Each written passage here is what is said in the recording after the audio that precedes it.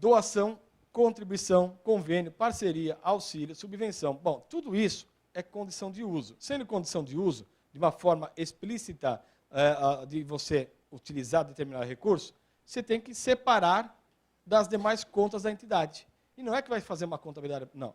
Apesar que está acontecendo isso em São Paulo, viu, pessoal? Lá, eles estão pedindo que você faça uma contabilidade, eles pedem o balanço, as demonstrações daquele projeto. Se eu tiver 10 projetos, eles vão querer balanço de 10 projetos. Balanço mesmo, eles estão pedindo. Secretaria de Cultura está pedindo isso lá em São Paulo. Não sei aqui. Aqui está pedindo também separado? Então, vejam bem. Então, eu tenho que ter uma estrutura técnica, contábil e de informação, principalmente, que a informação que é importante. Que a técnica, nós estamos aí, vamos falar que todos aqui têm essa possibilidade de desenvolver.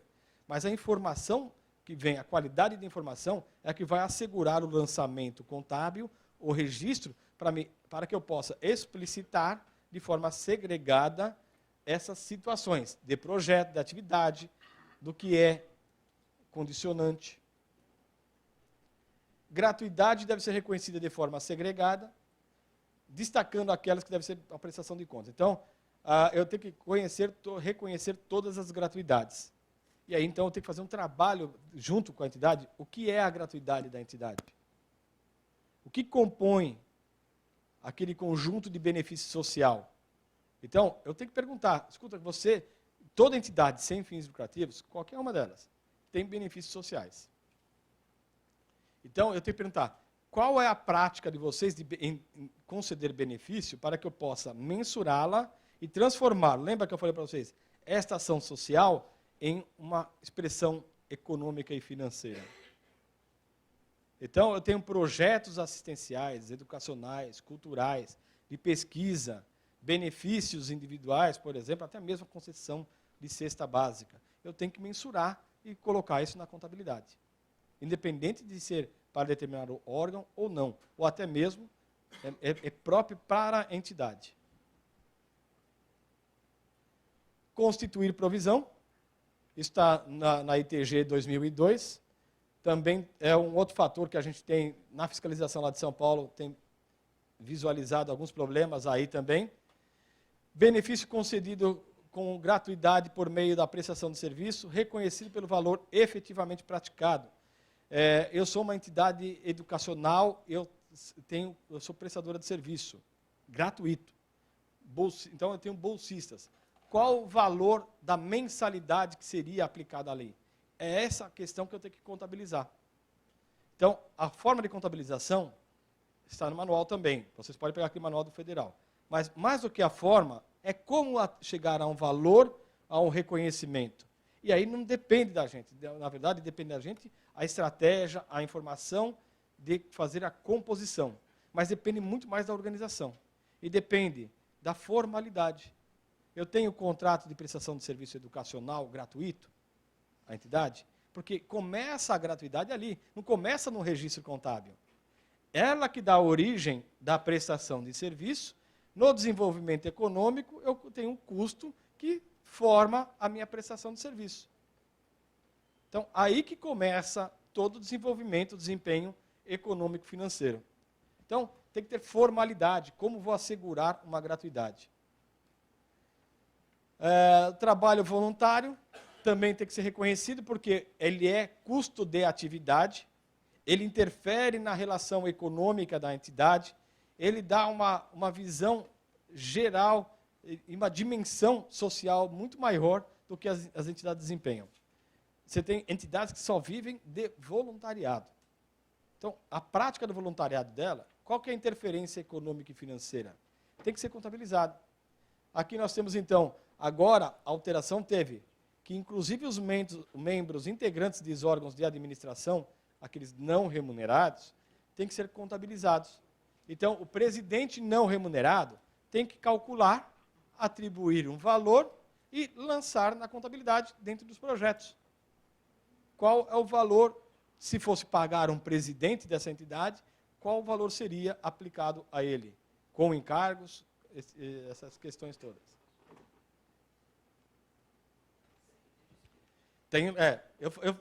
Eu faço o trânsito no passivo, que é onde zera e fica a receita e despesa, o resultado zero. Pois não. Eu fiquei curiosa aí quanto a essa questão da prestação de contas do voluntariado.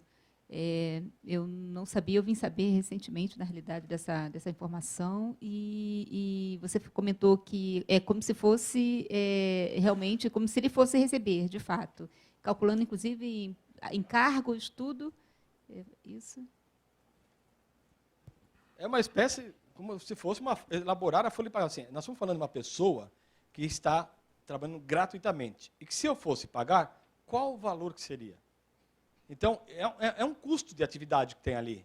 Não é simplesmente reconhecer a gratuidade, porque é voluntário, porque a norma pediu. Não. Ali existe um custo de oportunidade que está sendo relacionado a toda a minha atividade. Então, é importante que se reconheça aquele valor, porque quando eu for apresentar um orçamento, está lá. Vamos falar que eu vou fazer uma parceria com o município. Eu tenho uma escola gratuita e que só trabalho com professores voluntários. Qual o custo? Aí, de repente, o professor começa a ir embora, o outro, você é responsável por aquilo lá. Então, o meu custo operacional é X reais.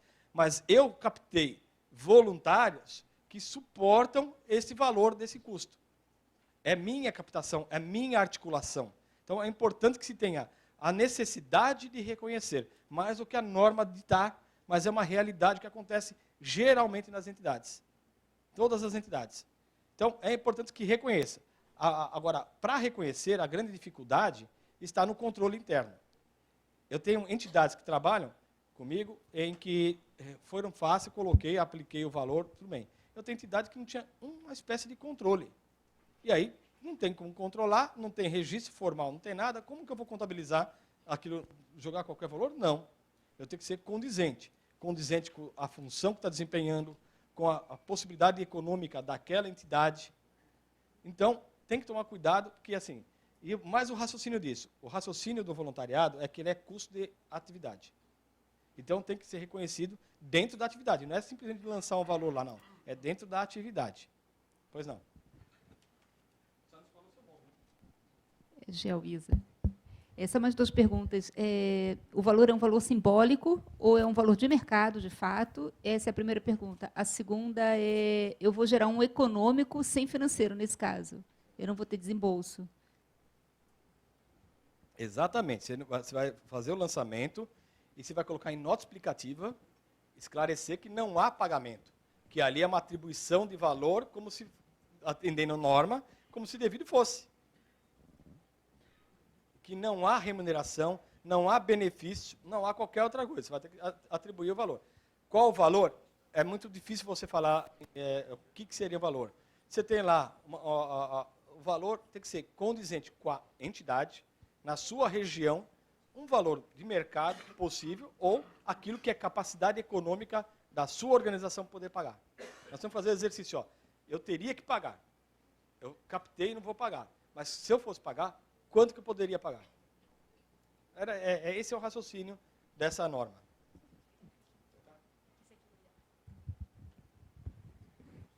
Podemos ir para frente, então, vai lá? Aqui, ao profissional da contabilidade, ele tem que, trabalhando com uma entidade, ele tem que estar desenvolvendo, então, balanço patrimonial, demonstração do resultado de período, demonstração da mutação do patrimônio líquido, demonstração do fluxo de caixa e nota explicativa. Então, assim, não é porque tem certificado, não é porque é isso, ou porque é aquilo.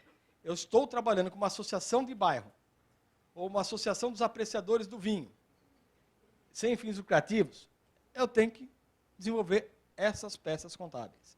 E essas peças contábeis vão estar junto na escrituração, no livro diário.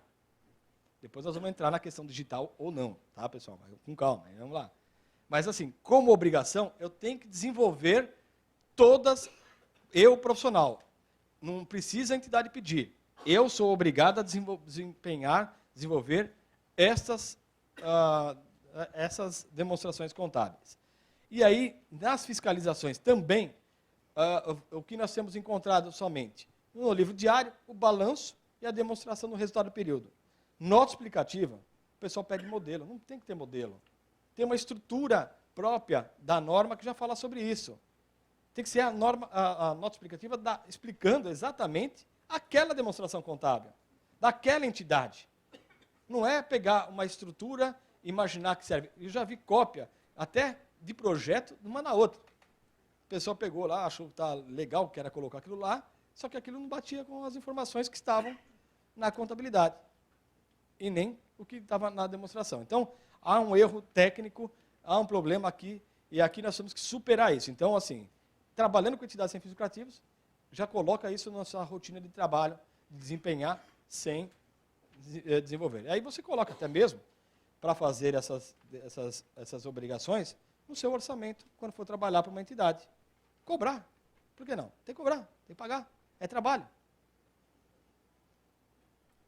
Nota explicativa. Eu só coloquei alguns itens aqui, e a norma também só coloquei alguns itens, tá, pessoal? Mas é importante que vocês acessem a norma lá, a ITG, e verifiquem o que tem constante nela. Aqui é só trechos principais que eu achei que é interessante falar hoje. A nota explicativa, e olha lá, quais são os quesitos mínimos? Por exemplo, a identificação da empresa, contexto operacional da entidade, incluindo natureza social, econômica, os objetivos sociais. Onde está isso aí? Estatuto. É pegar parte do estatuto já. Eu tenho um balanço patrimonial e uma demonstração do resultado do período, que aí eu vou falar, é de uma entidade, uma associação, de uma fundação, sem fins lucrativos, que tem por finalidade isso, aquilo, tal, tal. Está ali no estatuto. E aí começa a dar uma outra interpretação àquelas demonstrações contábeis. O critério de apuração, não faz esse tipo de coisa de regime caixa para um, né? E para outro, regime misto, sei lá. Bom, especialmente com gratuidade, doações, subvenções, contribuições, tem todo isso. Como que você reconhece a receita, né? Eu chamo a atenção aqui às receitas de convênio. A receita de convênio, você tem que entender o funcionamento do convênio. Cada convênio pode ser diferente do outro, tá? Pode ser com a mesma secretaria, mas a dinâmica de operação é o que vai determinar o reconhecimento da receita. Então, você tem um básico, à medida que eu tenho a despesa, eu reconheço a receita de mesmo valor, reconhece ativo e passivo, reconhece receita e despesa, zera a princípio. Mas você tem outras modalidades operacionais. Então, tem que tomar cuidado de que forma eu reconheço isso. E eu chamo a atenção àquelas entidades que só reconhecem no recebimento. Caixa, né? Vou falar assim. Quando você faz o reconhecimento só no recebimento, lá na frente há uma quebra contratual, que é frequente acontecer isso, ainda mais nessa época agora que está ruim, vocês vão executar quem? Se nem vocês reconheceram a receita, vocês não reconheceram o contrato, vão executar quem numa eventual quebra de contrato? Então precisa ter a informação da contabilidade lá, da receita lá. Relação de tributos, de renúncia, que é isenção, subvenções, e aí dá todo o detalhamento das subvenções. A NBCT 07, essa também é de leitura, que trata exatamente das parcerias, das isenções, e aí, então, vamos pular. Plano de contas. Não existe o plano de contas padrão. Aquele manual, ele tem uma referência, mas não significa que vai servir para a tua entidade. Para a sua contabilidade, pode ser que nem sirva para o contexto lá. Agora, nós temos, dentro do plano de contas, contas estruturais. Vocês vão pegar lá a ECD, a ECF, tem lá o plano de contas referencial. Lá tem contas estruturais. Agora, você complementa exatamente com as contas daquela entidade. E nós vamos ter que fazer um plano de contas. O pessoal pergunta, mas dá para você emprestar o plano de contas? Tem lá um plano de contas de vários tipos de entidade. Mas não adianta, não vai servir. Porque qual que é as contas primordiais de controle daquela entidade? Então, nós precisamos saber o controle. Tem que ter o estatuto com a finalidade, organização, limite. Então, reconhecer o estatuto. Lembra que eu falei? Captação de recursos, quais são as atividades econômicas, qual a finalidade, como que eu vou fazer para demonstrar a finalidade no plano de contas, né? Eu tenho que ver o segmento que ela está, do segmento da assistência, cultura, esporte, educação. E assim, cada segmento, por exemplo, como esse, tem uma nomenclatura própria de setor, de área. Então, eu dou sempre exemplo. Na assistência social, eu tenho proteção social básica, proteção social especial. Eu tenho projetos de atenção ao idoso, projetos de atenção à criança, ao adolescente. E aí, então, eu tenho que exatamente levar para o meu plano de contas, separado por áreas de atuação e mostrar ainda a nomenclatura utilizada para aquele segmento. Por quê? Quem vai analisar é o órgão competente daquela área. Eu vou para a educação, eu vou ter lá, então, bolsas 100%, bolsas parciais, bolsa ProUni, bolsa FIES, vamos falar assim, né? Bolsa FIES, não, FIES mesmo, né? Então, eu tenho que conhecer saúde, ambulatório, hospital, SUS, não SUS, área de esporte, de cultura. Então, eu tenho que reconhecer essas áreas também.